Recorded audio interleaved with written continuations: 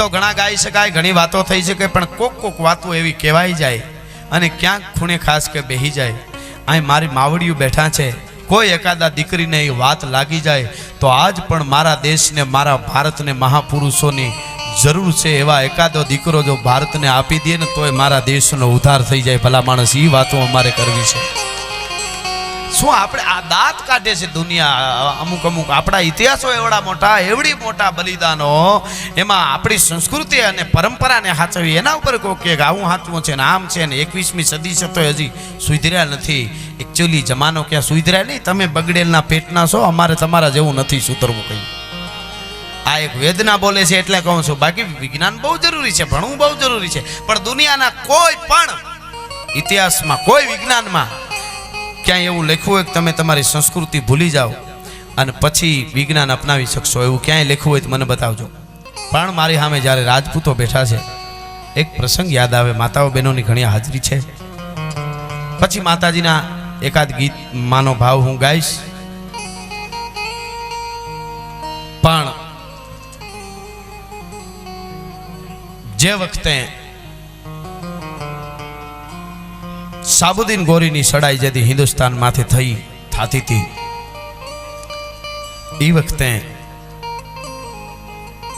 માથા લેવા માટે, માથા માંગવા માટે એક બારોટ દેવ નીકળેલો. એનું નામ ચંદબરદાય. કોઈ પણ રાજપૂત રજવાડામાં જઈને એમ કે તારું માથું જોઈએ એટલે માથું આમ ઉતારીને દઈ દેવું એમ નહીં. માથાની હા પાડે એટલે એને એટલી સેના એની હારે મોકલવી પડે, કારણ કે હિન્દુસ્તાનની આબરૂનો એક સવાલ હતો. એવડી મોટી સેના લઈ અને જ્યારે સાબુદ્દીન ગોરી હિન્દુસ્તાન ઉપર સડાઈ કરતો હતો, અને એ વખતે બનેલી મને ગમતી એક નાનકડી આ વાત. ચંદબરદાય જ્યારે ધીરો ગુજરાતની ધરતીની માથે ઉતરેલા, હજી ગુજરાત પહોંચ્યા નહોતા, એમાં પાટણપતિ ભોળા ભીમ ગાંડીગીરીની મુલાકાતે નીકળેલા. પાટણપતિ, સિદ્ધપુર પાટણ, અને એ અહીંયા ઠેઠ આપણે ગીરમાં આવેલા, અને ગીરમાં ફર્યા, બધે સિંહો ને બધું જોયું.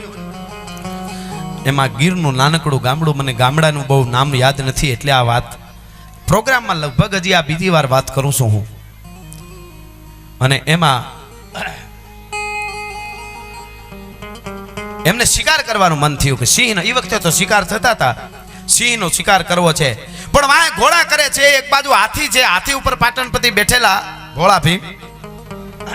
અને એમાં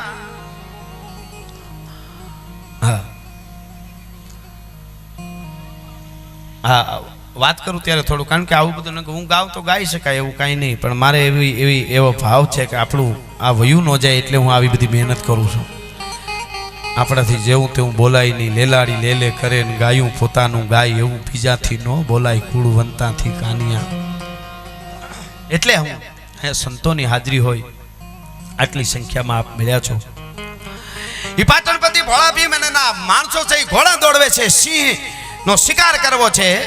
સિંહ આગળ ભાગ્યો પણ ઘા કરીને આમ પાછો વળે એટલે કોઈના ભાલાના તરવારના ઘા ન થાય ભાઈ, બધા સ્તંભી જાય કે આ સાવજને મારવો કેમ. આ બનેલી ઘટના છે ગીરમાં, અને 12 ગામનો ધણી એક કારડિયો રાજપૂત, આ બનેલી ઘટના છે સાહેબ.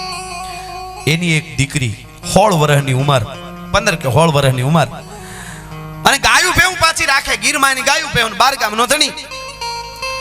દીકરી 15-16 વર્ષની કારડિયા રાજપૂતની દીકરી, પણ અવળી આંચ નાખેલી, માથે ઓઢણું. અને દીકરી છે એ પોતાના પારુ આશરું જંગલમાં વહી ગયા છે, ગોતવા માટે નીકળેલી, હાથમાં લાકડીનો નાનો એવો દંડો, અને આમથી જંગલની કેડીએથી દીકરી બરોબર આમ સડક જેવું હતું, કાચી સડક જેવું, નળ જેવો કેળો, ગીરનો કેળો, ગાળી જેવું, એમાં આમથી કેડે દીકરી ભેળી થઈ. આમથી હાથીની અંબાડી ઉપર ભોળા ભીમ પાટણપતિ બેઠેલા, એ રાજપૂત, અને એના માણસો છે એ ઘોડા દોડવીને કે હમણાં ભાલા પરવી દઈને સાવજને મારી, પણ ઘા કરીને સાવજ પાછો એક ગણક મારે બધા થંભી જાય. આના ઉપર ઘા કેમ કરવો, એમને માયલું જાય. એ હાથમાં લાકડીનો દંડો, 16 વર્ષની કારડિયા રાજપૂતની દીકરી છે, આમ નીકળી બરોબર કેડી માથે.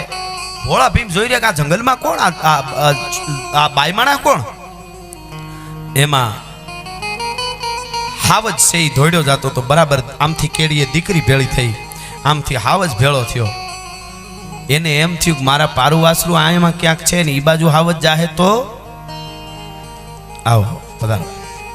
એને નુકસાન કરશે તો આ બનેલી ઘટના મિત્રો આપને કહું છું, અમુક વાતો એવી હોય છે જેને તમારે બુદ્ધિને એક બાજુ મૂકવી પડે ત્યારે આ બધી સમજાતો હોય છે. એ હાવજ ઘા ઘા કરતો હોય, દીકરી પાસે નીકળે ને દોટ મળી ભાઈ પોતામાં લાકડી જેવો દંડો હતો એનો ઘા કર્યો. અરે હાવજ તું મારા પારુ આસુ બાજુ જાચો હળી કાઢીને ઇતિહાસકારો એમ કહે છે કે હાવજ ધોડ્યો જાતો તો વાહીલા પગ પકડ્યા ભાઈ. આ દીકરીએ 16 વર્ષની દીકરી હો, ગાંડી ગીરની, અને આમ કરીને આમ બે પગ પકડીને હાવજને આમ કરીને આમ પછાડ્યો ઝાડને સામો. બેભાન જેવો હાવજ થઈ ગયો, પડતો જાય ને ભાગતો જાય, પડતો જાય ને ઊભો થતો જાય. અને પછી પરસેવે રેપજેપ થઈ ગઈ દીકરી. આમ કરીને આમ પરસેવો લૂતી લૂતી આમ જોયું કે આ કોણ, આ રાજા જેવો હાથી ઉપર ને. અને ભોળા ભીમની નજર પડી કે આ હા હા હા હા હા, આ ગીરમાં રહેવા વાળી બાઈ, આ છોકરી, આની કુંખે જો દીકરા જન્મે તો ખડે લાભ ને ટેકા દીએવા થાય. અને પછી સાબુદ્દીન ગોરીના બાપની તાકાત નથી કે મારા હિન્દુસ્તાનની સામે મીટ માંડી શકે હો. હા, અને એને માણસોને કીધું તપાસ કરો આ છોકરી કોણ છે, બાઈ કોણ છે. તપાસ કરવામાં આવ્યું. બારક ગામનો ધણી ગીરનો એ કારડિયો રાજપૂત, એમને ત્યાં ભોળા ભીમ પોતે આવ્યા અને એને માગું નાખ્યું તમારી કન્યા મને પરણાવો. વિચાર થયો કે પાટણપતિ છે ભોળા ભીમ, આવડું મોટું રાજ, મારી દીકરી સુખી થાય, ક્યાં બાપને કોડ ન હોય. ટૂંકમાં વાત કરું મિત્રો, ગાંધીગીરમાં પાટણપતિના મંગળ વર્તાણા ફેરા ફેર્યા અને પછી જાન અહીંથી નીકળી એ પાટણમાં જાન જાય છે. એક દી, બે દી, 3 દી, જે કાંઈ રસ્તામાં દિવસો થતા હોય ત્યારે તો એક મર્યાદાઓ હોય છે. વરરાજ જો જાન આગળ જાય છે, હાથી ઉપર ભોળા ભીમ પાછળ જે ઝુંડ આખું એને મૂકવા માટે જતા હતા. એ બાયુ માણસ તો છેટા હોય. પહોંચ્યા, પાટણ પહોંચે છે અને બરાબર બપોર પછી રોંઢું થયું અને મહેમાન આવ્યો ભાઈ. કોણ? ચંદબરદાય. એ બારોટજી આવ્યા અને કીધું કે તમારું માથું જોઈએ તો કે કવિરાજ આપ્યું. કેટલી સેના જોઈ છે?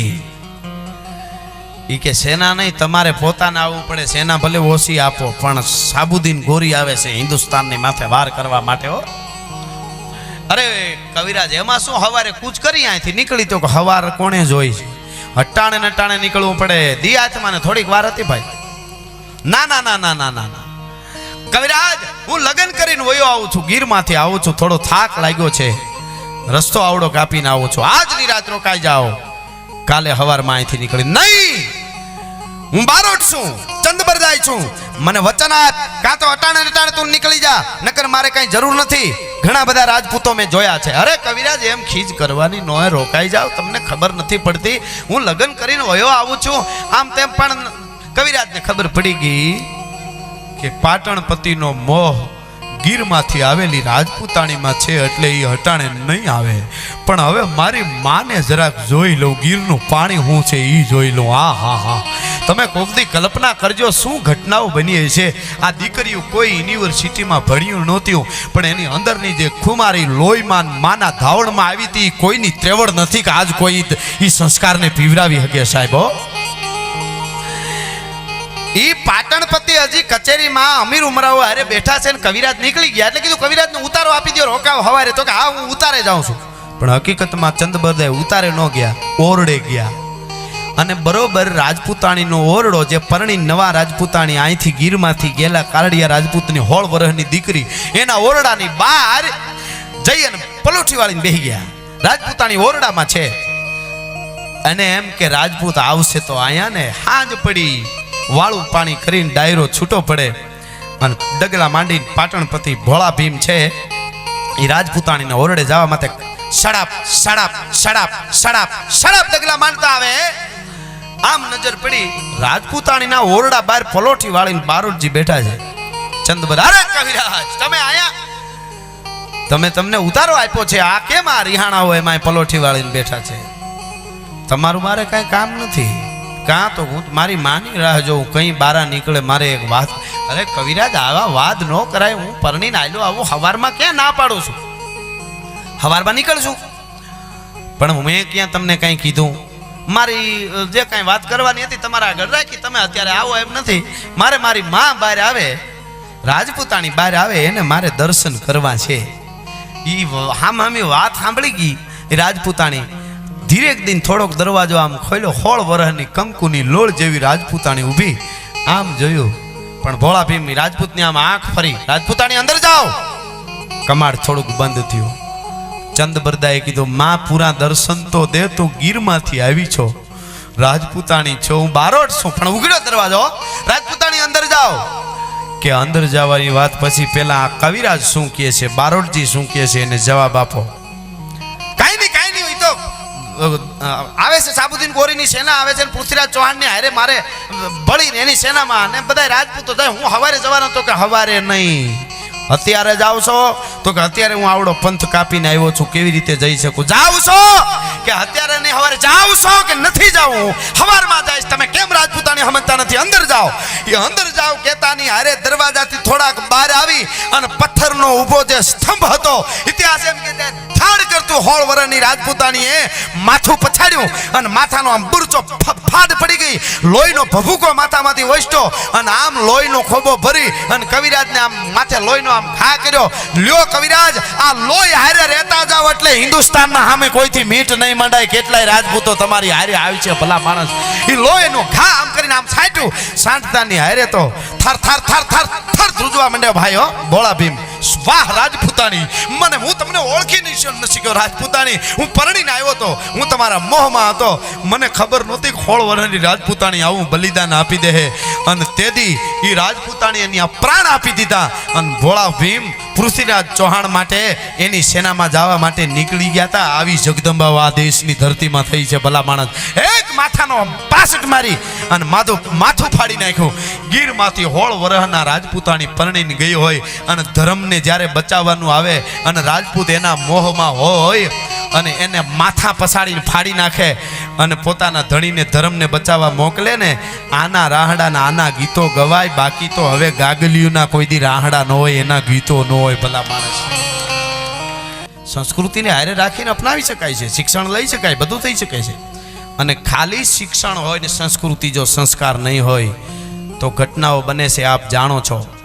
બરોડામાં 2-3 વર્ષ પહેલા 4 માળેથી યુનિવર્સિટીમાં ભણતા વિદ્યાર્થીઓ, જુવાનો એક સેલ્ફી અને વિડીયો ઉતારવા માટે થઈ અને 4 માળના બિલ્ડિંગ ઉપરથી કૂતરાને હેઠું નાખે કે કેવી રીતે જાય છે એ વિડીયો જોવા હાટું યુનિવર્સિટીના વિદ્યાર્થીઓ આવું કરતા હોય. એ ભણતરમાં ધૂળ પડી એના કરતાં ભેહું સારતા હોય તો સારું છે. આવા ખરાબ વિચારો ન આવે, ભલા માણસ. ભણતરની ના નથી સાહેબ, પણ કયા ભણતરની તમે વાત કરો છો, કયા શિક્ષણની તમે વાત કરો? શિક્ષણ બહુ જરૂરી, પણ એને આરે જો સંસ્કાર નહીં હોય તો 2-3 વર્ષ પહેલા ટીવીમાં મેં જોયો હતો, એક આંકડો આવ્યો હતો. 108ની સેવા આપણે ત્યાં ચાલે છે, આપને ખબર હશે. 108 આપણે કંઈ પણ એવી ઘટના બને તો તરત આવે છે. એ ટીવીમાં આંકડો ટીવીવાળા મીડિયાવાળા આપતા હતા. 1 વર્ષનો આંકડો, ખાલી ગુજરાતનો 1 વર્ષનો આંકડો એવો હતો કે 7 લાખથી વધારે ખોટા કોલ આવેલા. ખોટા કોલ, ખોટા એટલે ફોન કરે કાંઈ જલ્દી આવો, અહીં કોઈ બીમાર છે અથવા એક્સિડન્ટ થયું. એ સ્થળે જાય ને તો કાંઈ એક્સિડન્ટ ન હોય અને ફોન બંધ થઈ ગયો હોય ને કોઈ બીમાર ન હોય ને 108ને ધક્કો ખાઈને પાછું જવું પડે. એવા 1 વર્ષમાં 7 લાખથી વધારે કોલ આવ્યા હતા. આ ભણેલના પેટના ન ભણે એ સારું આવું કરતા હોય ને દેશને નુકસાન કરે, આવું ભણતર છે? સંસ્કાર નહીં હોય અને ખોટ ન કરે ને પૂરું ભણતર હશે તો અહીંયા જઈને ઊભા. હવે એ ભણેલા જ કરે ને, કંઈ વાડીએ પાણી વાળતા હોય 108ને આવો ખતરો કરે? એ કોણે કર્યું હોય? ભણેલા જ કર્યું હોય. એટલે કહેવાનો અર્થ મારો એ છે, શું આપણી પરંપરા આપણે દુનિયાને શીખાડ્યું છે. બીજા દેશમાં સારું નથી એવી આપણે કોઈની ટીકા નથી કરતા. બધા દેશને વંદન છે. આખી દુનિયામાં જેટલા દેશ છે બધાને વંદન. એક ચીન ને પાકિસ્તાન સિવાય. ભાઈ એને તો કેમ વંદન કરવું આવે? હા, એ તો આપણે આ તો મને કોઈક કહેતું હવે સરકારને કંઈ કરવું જોઈએ ને, એટલા માથા કાપી જાય ને કેમ કાંઈ કરતા નથી. મેં કીધું એવું નથી. છોકરો હોય આપણો પોતાનો નિયમ નોખો થઈને પછી ફાટે પરબાર મારી નાખીએ ને આપણે. છોકરો નોખો થઈને ફાટ્યો છે એટલે ફોહલાવી છે ત્યાં સુધી સારું છે. બાકી મારા દેશના યુવાનોને જેથી છૂટ મળે ને તેથી પાકિસ્તાનનો કોળિયો કરી જાય એવી ત્રેવડ ધરાવે છે, ભલા માણસ. હવે હા, એને તો બરાબર આમ ઓલી ટ્રેનિંગ લેતા હોય એમાં ગોથું ખાઈને ગોથું મારી જાય. પાછા તો આપણી પાસે કાશ્મીર લેવાની વાતો કરે છે બળના દીકરા. હું ઘણી વાર કહું છું કે એને આપણે પાકિસ્તાન વાળાને રામાયણ મોકલી દેવાની જરૂર છે આપણી. ખાલી મારા દેશના 2 જ રાજપૂતો ગયા હતા, 2 યુવાનો. કોણ? રામ ને લક્ષ્મણ. લંકામાં, રાવણની લંકામાં. રાવણ જેવા તો નથી જ પાકિસ્તાન વાળા. રાવણ જેવા રાવણની લંકામાં 2 યુવાનો ગયા હતા ભારતના, રામ ને લક્ષ્મણ. બાકી તો ઈશને વાંદરા હતા. બાકી તો ઈશને વાંદરા જ હતા ને. 2 જણા ખાલી 2 રાજપૂતો ગયા હતા આ દેશના, અને રાવણ જેવા રાવણનો ફાંદો ફોડીને વહી આવ્યા હતા. એ આ ગોરખોદિયાને પાકિસ્તાન અને કોઈ દી કાશ્મીર આપે, પણ સહન કરી છે. તાઉં આપણે સહન કરવામાં આપણે પેલો નંબર આવ્યો, પણ એની હારે હારે ક્યાંક ક્યાંક થોડી ઘણું આળહ ને એવું બધું બીજું ત્રીજું જે વ્યસન છે ને એ ભલે થોડા ઘણા હોય તો કંઈ મારી ત્રેવડબારી વાત હું બધાને છોડાવી શકું, પણ મોટામાં મોટો નશો મારો જન્મ ભારતમાં થયો છે. મારો ગુરુ કોણ છે ને મારા મા બાપ કોણ છે, આનો નશો રાખશો તો બીજા નશા કરવાની જરૂર નહીં પડે. ભલા માણસ, આ બહુ મોટી વાત છે, બહુ મોટી વાત છે. આજે જરૂર પડશે આપણા ધર્મને તોડવા માટે ચારે બાજુથી આક્રમણ થઈ રહ્યા, આપણને ખબર નહીં પડે. આપણે વાડા પડ્યા કર્યા, ચારે બાજુથી આક્રમણ થઈ રહ્યા છે. હિન્દુ ધર્મ આમ છે ને, આ દેવતા આમ છે ને, ઓલા દેવ આમ છે. તમે જાઓ યુટ્યુબમાં જોવો, તમે ગમે એવું લાખી નાખે, ગમે એવા ફોટા મૂકી દે, ગમે એવા એના ઉપર આનું આમ હતું, આ વાતનું આમ હતું. આપણે વિચાર થાય કે આ ભારત વર્ષ, આ આપણી પરંપરા. પણ પછી અંદર વિચારી એમ થાય કે મારી તમારી જ ક્યાંક થોડી ઘણી ખામી રહી ગઈ છે, નકર આવું ન થાય સાહેબ. પ્રોગ્રામો તો કાયમના માટે કરી છે, પણ અમુક ડાયરો હોય ત્યારે અમને પણ પોરો થતો હોય છે. રાજસ્થાનની ધરતીના એક રાજપૂતે દુહો કીધો છે ચારણ અને રાજપૂતોના સંબંધ માટે. ચારણ ક્ષત્રિય ભાઈયા જાગર ખાગરુ ત્યાગ. ચારણ અને ક્ષત્રિયો છે એ ભાઈઓ છે, પણ ચારણ કોને ભાઈ કહે? તો કે જાગર ખાગરુ ત્યાગ. ત્યાગ કરવાની ભાવના હોય ને, જેનામાં સુરવીરતા તરવાર હોય, ખાગ હોય. જાગર ખાગરુ ત્યાગ. પણ ખાગા ત્યાગા બાહેરા વહાં સે ચારણ ભાગ. ત્યાંથી કવિઓને ગમે નહીં, ત્યાંથી નીકળી જાય. જ્યાં દાતારી અને સુરવીરતા ન હોય ત્યાં એને ફાવે નહીં. અને વાર્તાઓ, ગીતો, દુહાઓ, છંદ, આ બધું આપણી પરંપરાને જાળવવા માટે છે. આ સંતવાણી હોય, સાહિત્ય હોય, એમાં આ તો 21મી સદી છે. ઘણા એવી વાતો કરતા હોય કે આ બધી સંસ્કૃતિ શું જરૂર છે, આમ તેમ. આપણે ત્યાં ભૂદેવોની અમુક બ્રાહ્મણ હોય, એમની ઘણી બધી એક કર્મકાંડ ને બધા આપણી વિધિઓ જે છે એના માટે બહુ ખોટી રીતે ભણી ગયા. ઘણા કે આ કંઈ જરૂર આમ નથી. પણ સાહેબ, આપણી પરંપરા છે, આપણા ઋષિમુનિઓએ જે પરંપરા, એ એક એક વસ્તુ જાળવીશું તો ભારતની પરંપરા. એવી જ રીતે બારોટદેવ હોય તો એ સોપડામાં ઘણા એકચ્યુઅલી આ બધું અત્યારે કાંઈ જરૂરી નથી એવું વાતો કરતા હોય. અને પોતે કૂતરો ખરીદવા જાય ને, કૂતરો તોય 3 પેટી પૂછે કે આ ઓલી ઇંગ્લિશ કૂતરા આવે ને. હવે તમે ઇંગ્લિશ કૂતરા લેવા માટે જાઓ, એની 3 પેટી પૂછો છો ને તમારી પેટીની તમને ખબર ન હોય ને ગોરખોદિયાઓ અમારા ઇતિહાસમાં માથા મારવા હું કામ આવો છો ભાઈ? હા, પણ આ પરંપરા જેવી તેવી નથી સાહેબ. બારોટોએ જેના, હું તો ઘણીવાર બોલ્યો છું કે મારા ને તમારા બાપ દાદાના હાથમી પેઢી આપણા નામની આપણને ખબર ન હોય, પણ બાપ દાદાના ખંભે કોથળા લઈ અને ફરે છે, એને વંદન કરવા પડે સાહેબ. એ બહુ મોટી વાત છે.